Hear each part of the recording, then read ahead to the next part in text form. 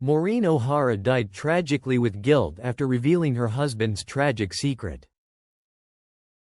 Maureen O'Hara was born Maureen Fitzsimmons on August 17, 1920, in the Dublin suburb of Ranelagh. Grew up in a family that was as unique as it was talented. Her father, Charles Fitzsimmons, was a businessman with a diverse set of interests.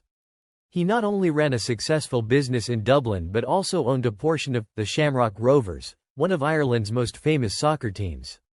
His involvement with the team exposed Maureen to the world of sports from an early age, which contributed to her own interest in athleticism later in life.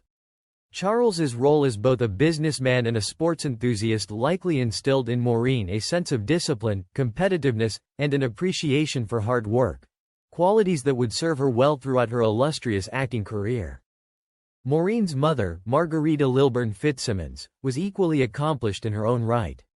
A successful woman's clothier, Margarita ran a business that was known for its high-quality, fashionable clothing, making her a prominent figure in the world of Irish fashion. However, her talents extended far beyond business. Margarita was also an accomplished operatic contralto, celebrated across Ireland for her extraordinary voice. Her musical talent and stage presence undoubtedly influenced young Maureen, who inherited both her mother's stunning beauty and her incredible voice.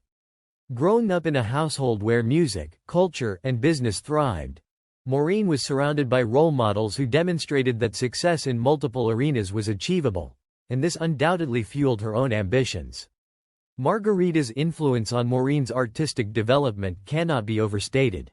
Her beauty, grace, and musical ability were not only admired but also passed down to her daughter, setting the foundation for Maureen's future as a celebrated actress and performer. As the second of 6 Fitzsimmons children, Maureen shared her upbringing with her siblings, Peggy, Flory, Charles, Margot, and James. The Fitzsimmons family was known for its close-knit nature, with a rich Irish heritage that they cherished deeply. The household was lively, filled with a mixture of talents and personalities, and Maureen benefited from being part of such a dynamic environment. The large family was a source of constant support and companionship for Maureen throughout her childhood, and later, as her career took off, her siblings remained an important part of her life. Growing up with several siblings also meant that Maureen had to learn how to stand out, which she did through her burgeoning talent in the performing arts.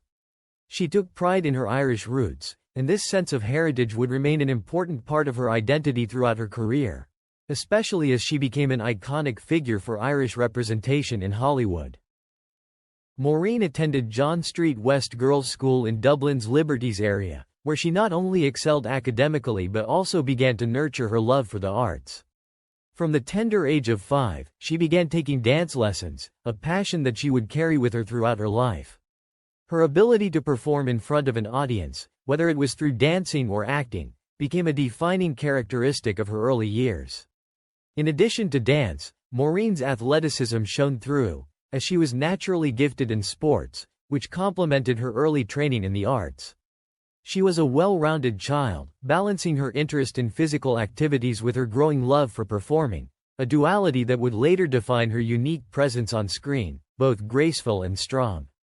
As a young girl, Maureen was not just athletic, she was also drawn to the performing arts. Her interest in acting and drama led her to enroll in drama and theater classes early on.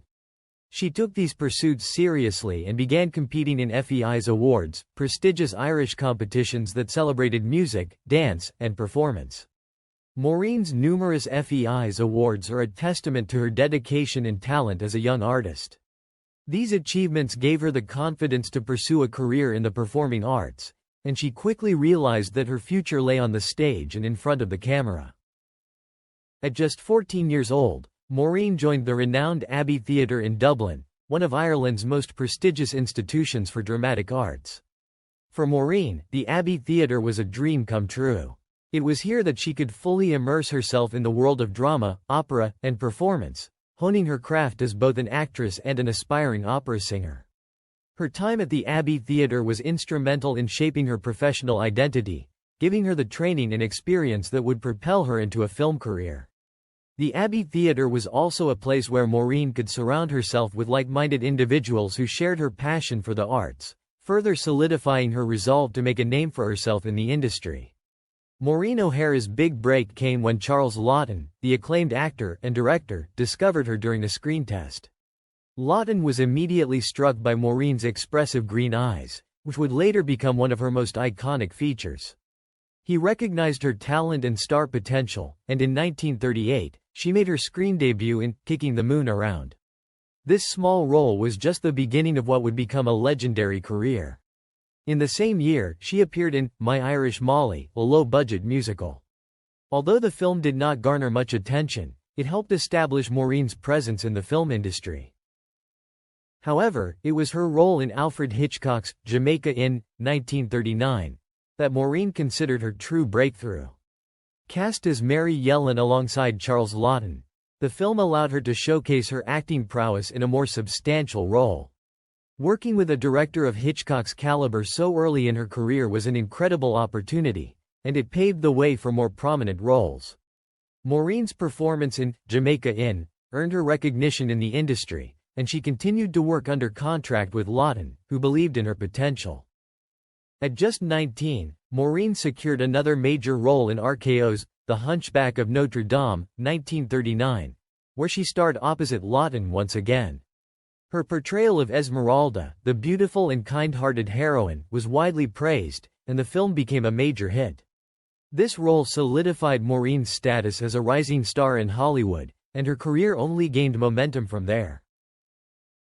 In 1940, Maureen showcased her dancing skills in Dance, Girl, Dance, playing the role of an aspiring ballerina. The film allowed her to demonstrate not only her acting abilities but also the dancing talents she had cultivated since childhood. Despite the mixed reviews, Maureen's performance was praised, and it further highlighted her versatility as an actress. In 1941 was a mixed year for Maureen. She starred in They Met in Argentina, a film she herself predicted would flop, and unfortunately, she was right. However, this setback was overshadowed by her next film, John Ford's How Green Was My Valley, 1941. The film was a huge success, both critically and commercially, and it became one of the defining films of Maureen's career. Her portrayal of Ingharid, a Welsh miner's daughter, earned her widespread acclaim and further cemented her place in Hollywood. In 1942, Maureen took on a more unconventional role in 10 Gentlemen from West Point, directed by Henry Hathaway. Playing a timid socialite was a departure from the more assertive characters she had portrayed, but it showcased her range as an actress. The film, based on the early days of the United States Military Academy, gave her the opportunity to take on a role that was both nuanced and challenging. In Sentimental Journey, 1946, directed by Walter Lang, Maureen took on a deeply emotional role, playing an actress suffering from a chronic heart condition. Her performance was both heartfelt and moving, showcasing her ability to handle dramatic material with sensitivity and depth.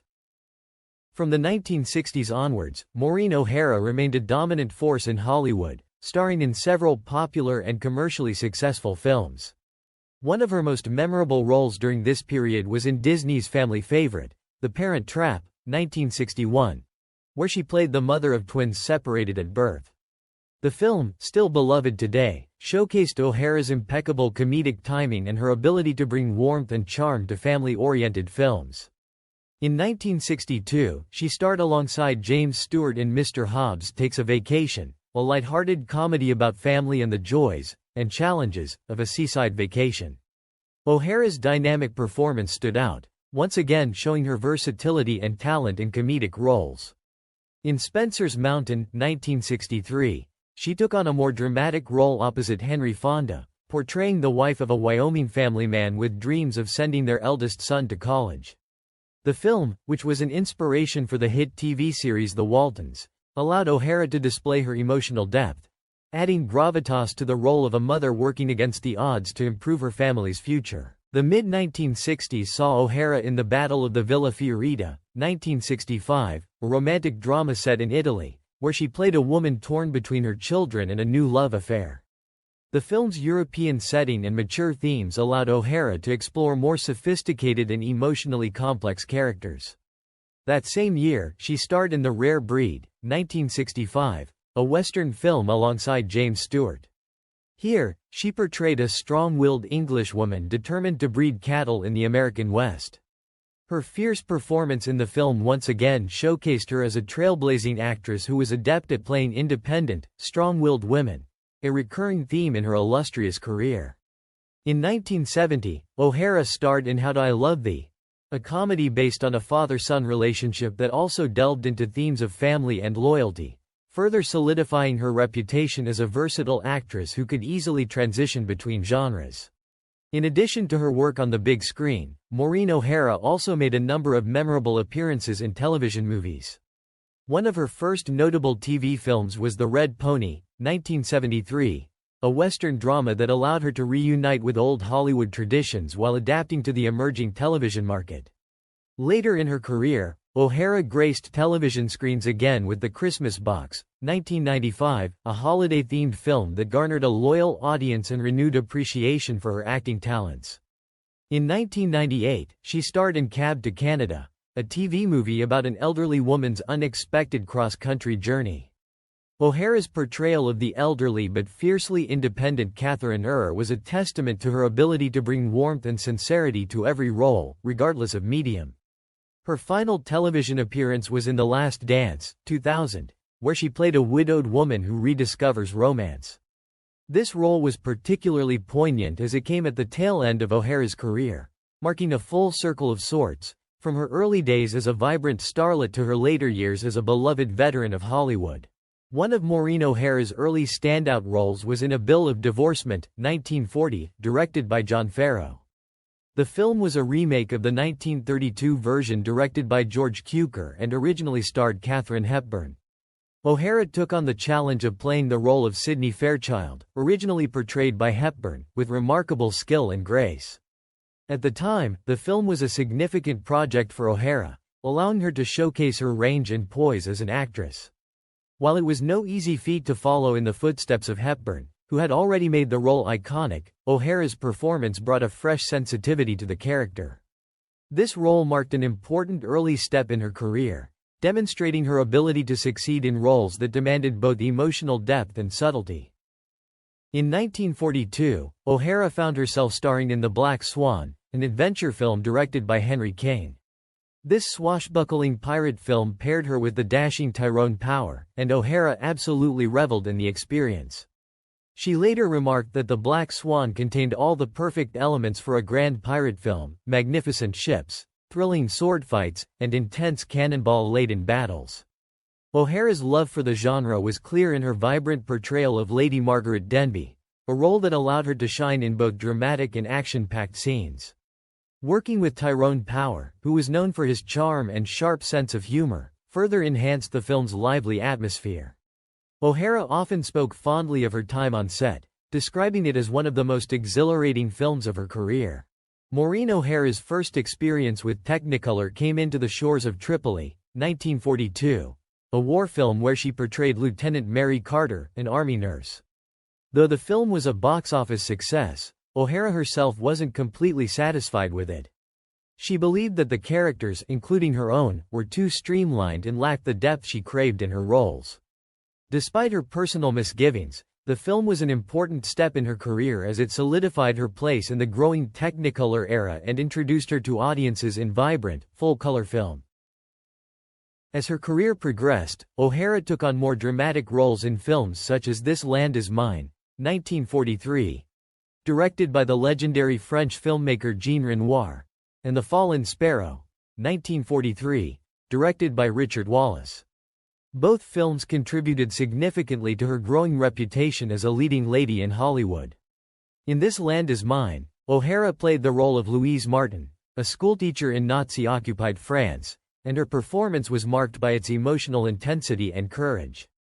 In The Fallen Sparrow, she worked alongside John Garfield in a suspenseful wartime drama, further establishing her versatility and ability to navigate different genres. These films not only advanced her career but also showcased her capability to handle serious, weighty material. In 1945, O'Hara starred in The Spanish Main, a Technicolor swashbuckler that allowed her to embody the role of Contessa Francesca, a feisty noblewoman caught up in pirate adventures. She considered it one of her most decorative roles, referring to the elaborate costumes and grandiose setting of the film. Her portrayal of the determined and fiery Francesca was praised for its spirited energy, as O'Hara once again proved her ability to command the screen in roles that required both strength and charisma. In the 1950 Western film Comanche Territory, O'Hara took on the bold role of Katie Howards, a saloon owner in the wild frontier. Her character was tough, fiercely independent, and not afraid to stand up to anyone, including the men who underestimated her. During the making of the film, O'Hara surprised everyone by becoming highly skilled with the American bullwhip, a tool she used expertly in several scenes. Her handling of the bullwhip became one of the film's most talked about aspects and added to her growing reputation as one of Hollywood's toughest and most versatile leading ladies. Throughout the 1950s and 1960s, Maureen O'Hara had a remarkable on-screen partnership with John Wayne, with whom she co-starred in several iconic films. Their chemistry was undeniable, leading to speculation and rumors about a possible off-screen romance, though both denied it. Some of their most notable collaborations include Rio Grande, 1950, The Quiet Man, 1952, The Wings of Eagles, 1957, McClintock, 1963, and Big Jake, 1971. Each of these films showcased their powerful dynamic, with O'Hara's fiery temperament perfectly complementing Wayne's rugged persona. Together, they became one of Hollywood's most beloved on-screen duos, and their collaborations have become classics in the Western and adventure genres. Maureen O'Hara's personal life was as eventful and dramatic as her illustrious career in Hollywood. She entered into marriage very early in life, at the tender age of 19, with George H. Brown, a British film producer. They met while working together on the set of Alfred Hitchcock's Jamaica Inn in 1939, a year when O'Hara's acting career was just beginning to gain momentum. Their marriage was conducted in secret, an indication of both the whirlwind nature of their romance and the fact that O'Hara was still navigating the early complexities of fame. However, the union did not last, and in 1941, the marriage was annulled. This marked a tumultuous beginning to O'Hara's personal relationships, reflecting the uncertainties that often accompanied the glamorous but demanding life of an actress. Later in 1941, O'Hara married again, this time to American film director William Houston Price. While this marriage initially seemed more grounded, it eventually turned out to be deeply troubled. The couple had a daughter, Bronwyn Bridget, born on June 30, 1944, whom O'Hara adored and doted on. However, her relationship with Price quickly deteriorated due to his struggles with alcoholism. Price's addiction caused a great deal of strain on their marriage, as O'Hara was known for her strong moral values and disciplined lifestyle, which starkly contrasted with her husband's behavior. Their relationship became increasingly unhappy, leading to their separation and eventual divorce in 1953. The emotional toll of this difficult marriage left O'Hara to focus on raising her daughter, balancing her roles as a mother and a successful actress in a challenging Hollywood environment. In the years following her divorce, O'Hara became involved in a passionate and long-lasting relationship with Mexican politician and banker Enrique Parra, which spanned from 1953 to 1967. Parra was a powerful and influential figure, and their romance, though never formalized through marriage, was intense and significant. O'Hara was known for her fiery personality, and her connection with Parra seemed to be one of deep emotional investment. While their relationship eventually came to an end, it was one that lasted over a decade, showing that O'Hara was capable of profound attachments outside the spotlight of Hollywood. Her relationship with Parra was an important chapter in her personal life, though not as widely publicized as her marriages. O'Hara's third and final marriage in 1968 was to Charles F. Blair, Jr., a man whose life was as full of adventure as her own. Blair was a former brigadier general, a chief pilot for Pan Am, and a pioneer in transatlantic aviation. He was a man of many accomplishments, and O'Hara seemed to have found in him a true partner. Their marriage was a happy one, and for the first time, O'Hara considered retiring from her film career to devote herself to her personal life and Blair's business endeavors. Blair, supportive and loving, encouraged her to leave the entertainment industry to assist him in running his airline, Antilles Airboats, which provided seaplane services in the Caribbean.